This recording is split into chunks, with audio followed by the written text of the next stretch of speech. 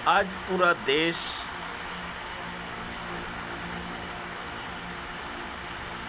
महंगाई, फास्टिज्म, anti scientifically communal और मन मर्जी से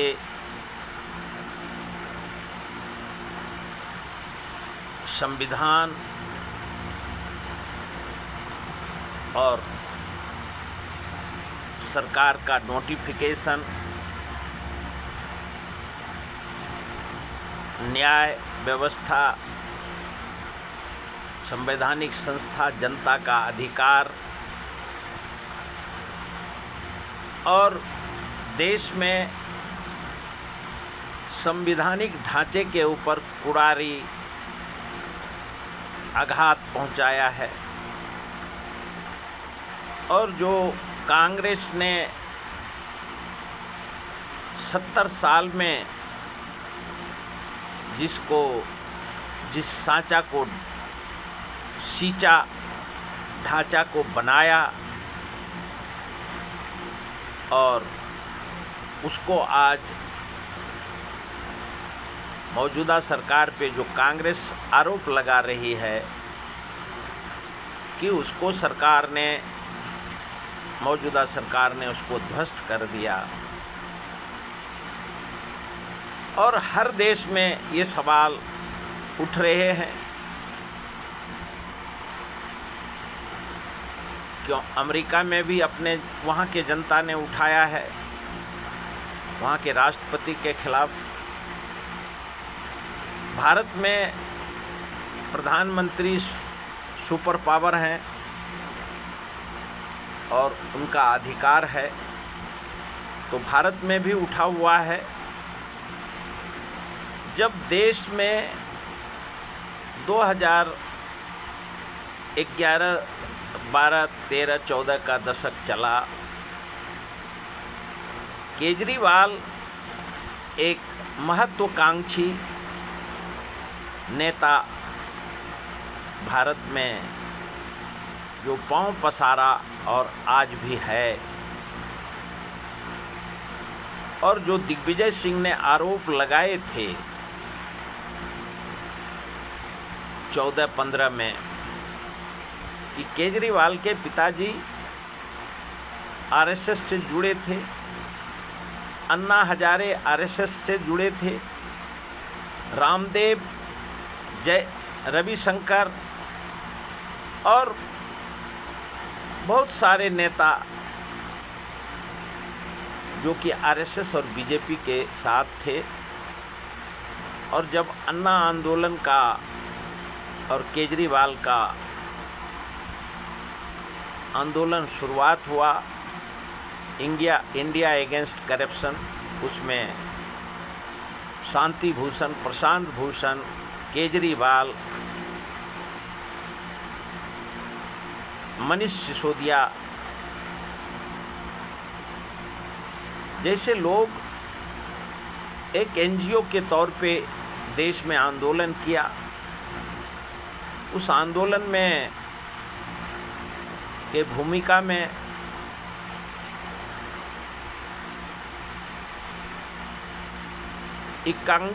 इच्छा आकांक्षा का भरा हुआ और एम्बिशियस केजरीवाल ने सभी को उस आंदोलन में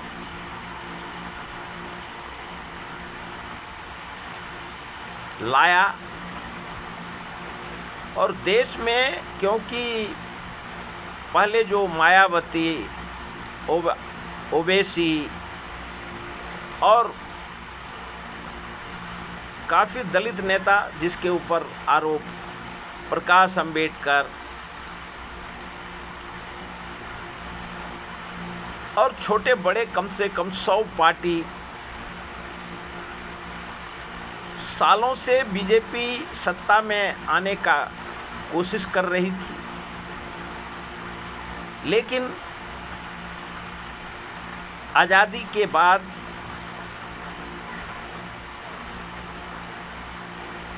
चाहे वो दीनदयाल उपाध्याय हो, श्यामा प्रसाद मुखर्जी हो, वीर सावरकर हो, और कश्मीर से कन्याकुमारी तक उस समय में आरएसएस और जनसंघ और हिंदू सभा आज़ादी के बाद हिंदू राष्ट्र चाहते थे, लेकिन महात्मा गांधी, जवाहरलाल नेहरू, मौलाना आज़ाद, डॉक्टर राजेंद्र प्रसाद, ये लोग भारत का आज़ादी के लिए लड़ते थे और एक से एक योद्धा जिसने उस आज़ादी के क्रांति में भाग लिया और देश को आज़ाद कराया। और जब आज़ादी मिला उसके बाद भी आरएसएस और हिंदू महासभा ने भरसक कोशिश किया कि हम हिंदू राष्ट्र के नाम से वो नेपाल के राजा के साथ जाना चाहते थे, लेकिन सभी धर्म समभाव और नेहरू, गांधी, सरदार पटेल, मौलाना अब्दुल कलाम आज़ाद, राजेंद्र प्रसाद, एक से एक योद्धा जिसने आज़ादी के लिए आज़ाद कराया, लेकिन वो सर्वधर्म समभाव के साथ सभी जाति धर्म भाषा को लेकर के, क्यों भारत पे मुग़लों ने राज किए हैं, ईस्ट इंडिया कंपनी ने राज किए हैं और जनता अंग्रेज़ों के हुकूमत से त्रस्त था, ईस्ट इंडिया कंपनी के गुलामी से त्रस्त था। लेकिन उस समय के जो नेता थे उन्होंने संविधान का रचना करी 1950 में, लेकिन जनसंघ और आरएसएस वादी को देश में उनके बीच महात्मा गांधी के हत्या के बाद आरएसएस पे बैन लगा और जनता घृणा करता था। करोड़ों जनता जो भारत में थे और हिंदुस्तान पाकिस्तान का बंटवारा के बाद वो क्यों सभी जाति धर्म भाषा के लोग जिनको भारत का लोकतंत्र और संविधान पसंद था, जिन मुस्लिम भाई बंधु को, जिन दलित धर्म के, सभी जाति धर्म भाषा के लोग वो भारत में रहे और जिनको पसंद नहीं था वो पाकिस्तान गए, कोई बांग्लादेश, जो चार पाकिस्तान के साथ 4 राज्य हैं, आज भी देश हैं, अफ़गानिस्तान और बांग्लादेश को इंदिरा जी ने अलग किए थे। लेकिन उनकी मानसिकता थी कि हमको हिंदूवादी, लेकिन भारत के जनता ने आरएसएस और बीजेपी को कभी सत्ता में लाने के लिए कोशिश नहीं किया। लेकिन कांग्रेस के इंदिरा जी एक राजनीति और अंतर्राष्ट्रीय कूटनीति में वो माहिर थी और उन्होंने कभी सत्ता को भारत की एकता, अखंडता, संप्रभुता और धर्मनिरपेक्षता की स्थापना करी और देश आज़ादी के साथ चला और सभी जाति धर्म भाषा को सभी को साथ ले कर के चले। लाख कोशिश के बावजूद आरएसएस बीजेपी को 1 सीट 2 सीट नहीं मिलने वाला पार्टी, लोकतांत्रिक मूल्य को जिंदा रखने के लिए नेहरू जी, इंदिरा जी ने लाख कोशिश करने के बाद जब आरएसएस के और हिंदू महासभा के जीत के नहीं आते थे, फिर भी नेहरू जी अटल बिहारी वाजपेयी और उनको सत्ता में लाना चाहते थे। और बहुत दिन तक तो जो पाकिस्तान के साथ हिंदू महासभा ने कलकत्ता में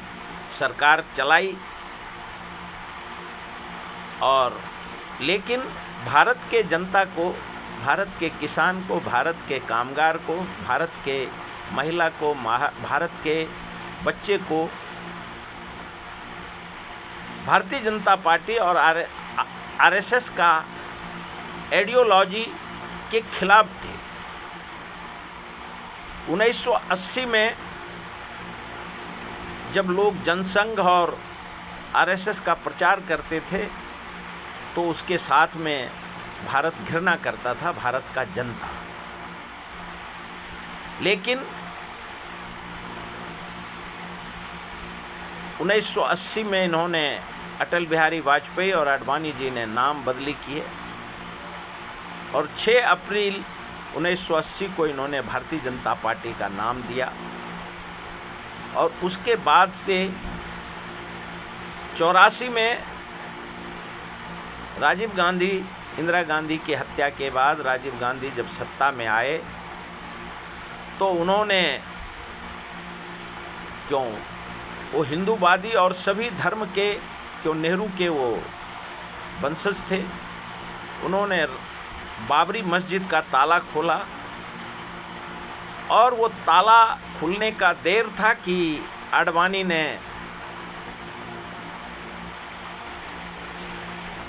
रामलाला का, जबकि सोनिया गांधी और राजीव गांधी ने उस बाबरी मस्जिद का ताला खोल करके पूजा अर्चना किया। उसके बाद रामलाला के नाम पे पूरे देश में भारतीय जनता पार्टी ने रथ निकाला, जिसमें नरेंद्र मोदी, आडवाणी जी का एक, जो अभी भी रथ पे नरेंद्र मोदी, मौजूदा प्रधानमंत्री का जो फोटो दिखता है वो उनके खास सिपा सालार तो नहीं बोल सकते, लेकिन उनके भक्त दिखते थे। और उस राम मंदिर वहीं बनाएंगे। उसके साथ में देश ने कांग्रेस को उस समय से आरएसएस और भारतीय जनता पार्टी ने कमज़ोर करना का कोशिश किया। लेकिन भारत का लोकतंत्र और धर्मनिरपेक्ष राष्ट्र इतना मजबूत था कि इनके बहकावे में नहीं आया और लोग आरएसएस और बीजेपी के साथ में नहीं जाते थे, क्यों देश को मालूम था कि ये एक दिन इस पूंजीपति व्यापारी वर्ग का पार्टी है, ये एक दिन गुलाम कर देगा। और अब जो इनके अन्ना हजारे, केजरीवाल जैसे बहरूपिया, जिसके वजह से इन्होंने आंदोलन छेड़ा, जनता आज भी कहीं इलेक्शन में जाए तो जनता इनको बी टीम बोलते थे। काशीराम को, बाद में मायावती को, और जो कांग्रेस का विरोध करता था उसके खिलाफ में देश का जनता विश्वास नहीं करता था। और एक समय आया, सफलता मिला, ये जनता में फूट डालो, राज करो, अंग्रेज जब जाने लगे तो उसका पॉलिसी इन्होंने लागू किया। इतने राजनीति पार्टी होने के बावजूद भी देश में इन्होंने मंदिर के नाम पे, मस्जिद के नाम पे, गिरजाघर के नाम पे इन्होंने फूट डाला। और कश्मीर से कन्याकुमारी तक आरएसएस का और जनसंघ का यही और भारतीय जनता पार्टी का कार्य रहा है। लेकिन इंदिरा जी ने अपने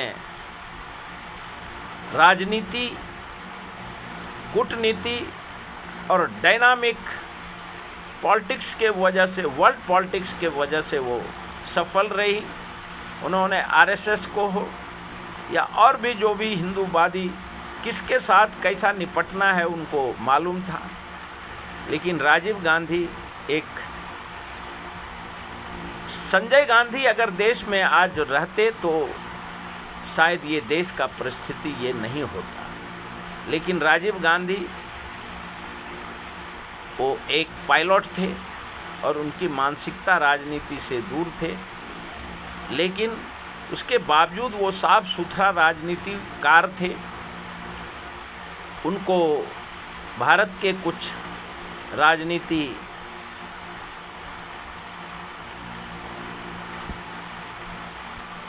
जो बदनाम करके वीपी सिंह जैसे लोग ने बदनाम किया उसमें,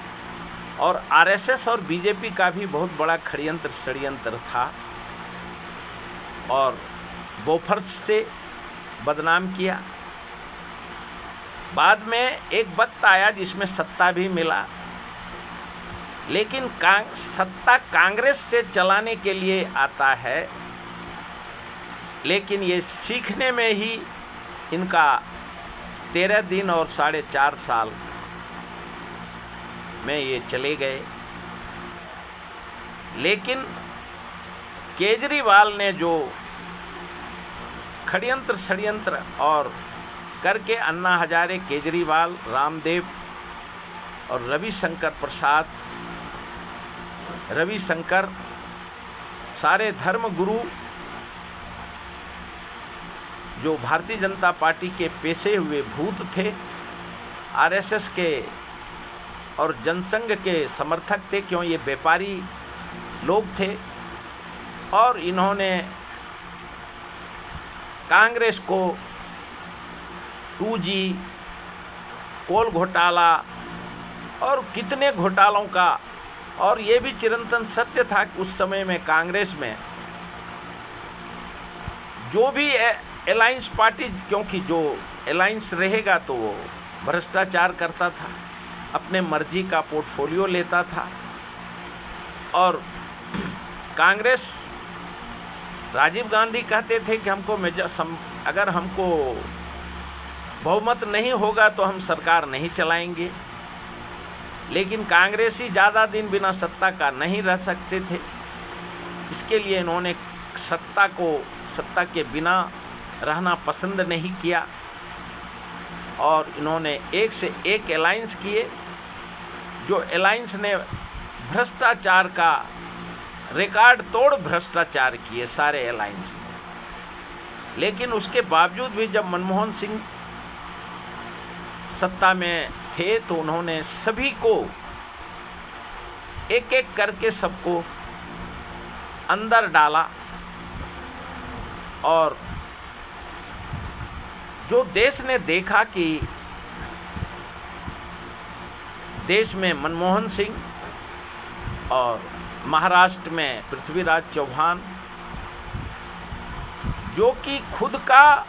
पार्टी के सभी को बंद कर देते थे, उन्हीं के ऊपर सारे रिपोर्ट करते थे, और इलेक्शन कमीशन निष्पक्ष था, सारे संवैधानिक संस्था निष्पक्ष था, लेकिन राजनीति के नेता सब इच्छा आकांक्षा से भरे हुए थे, क्यों सभी को प्रधानमंत्री बनना था, किसी को मुख्यमंत्री बनना था, और उसके लालच में वो इधर उधर जाते थे। लेकिन वक्त का तगाजा हुआ और आरएसएस ने जो अपने षड्यंत्र किए, केजरीवाल ने और अन्ना हजारे के षड्यंत्र से जनता गुमराह हो गया,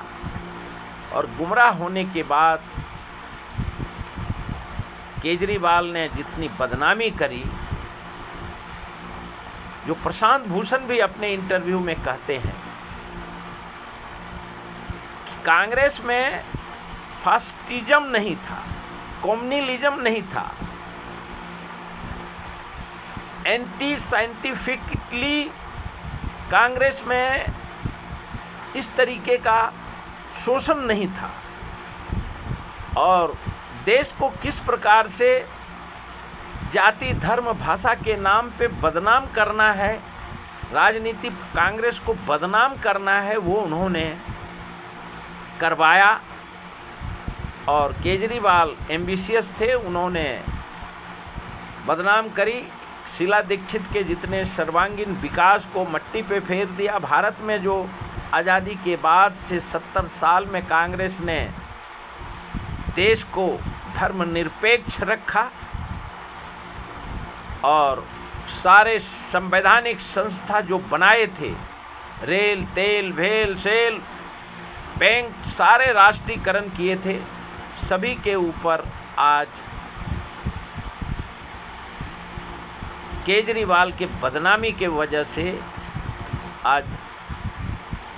जब जनता को समझ में आया, प्रशांत भूषण को समझ में आया और केजरीवाल के वजह से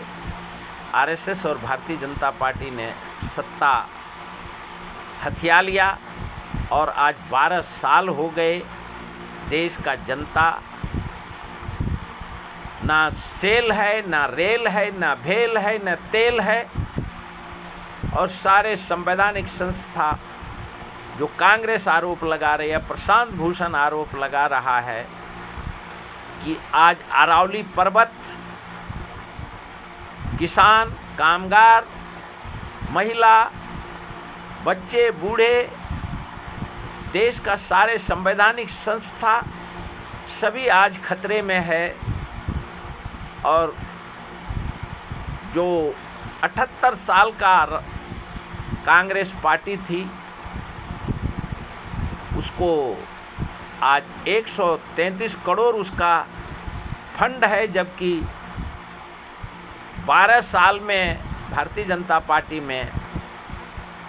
11,000 करोड़ का संपत्ति और पूरे देश में हाईटेक 5 स्टार ऑफिसेस बनाए, लग्जूरियस, और पूरे देश का जनता आज भिखारी है।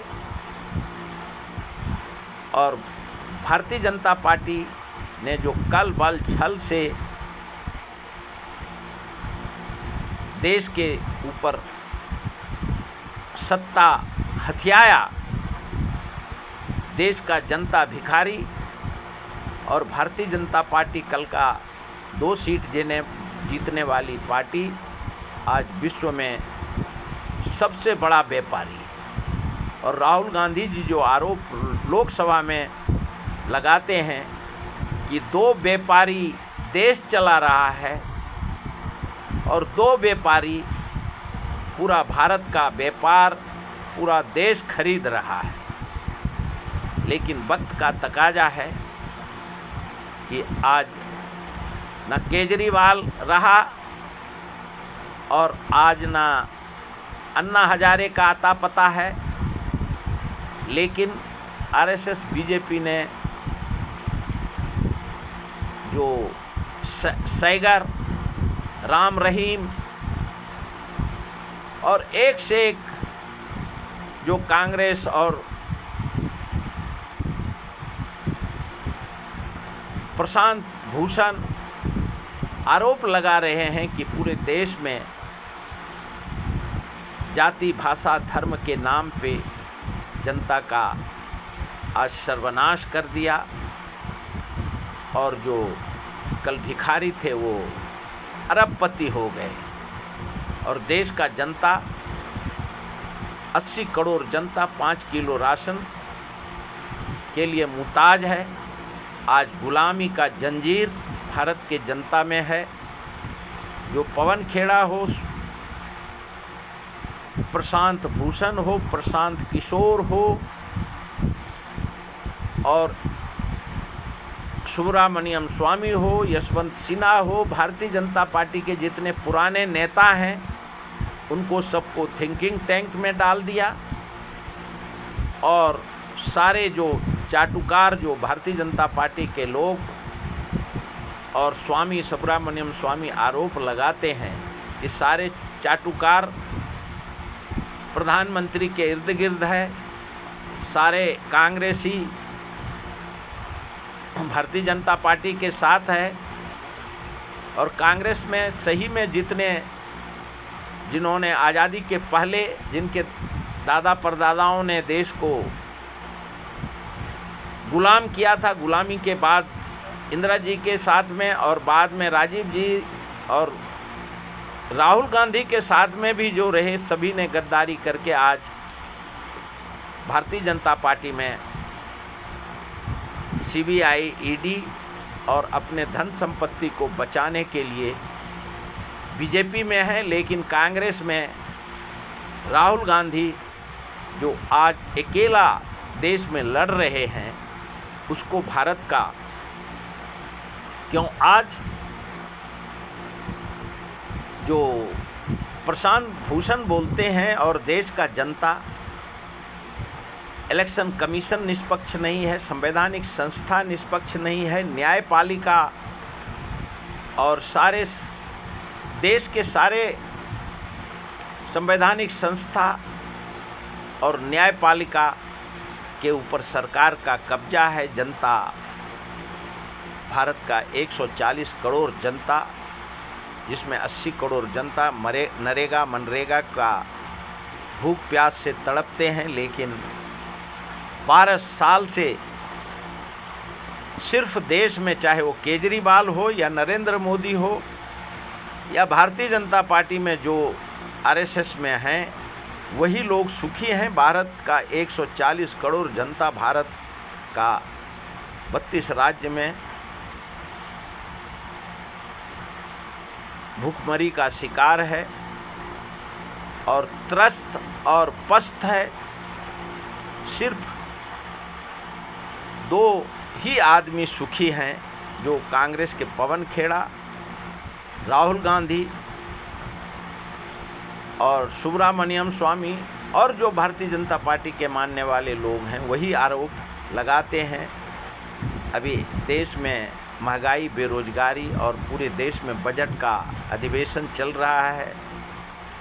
और देश ने लोकसभा में, राज्यसभा में बजट अधिवेशन देखा। अब देश में हर राज्य में बजट अधिवेशन हो रहा है, वार हो रहा है। वार के बाद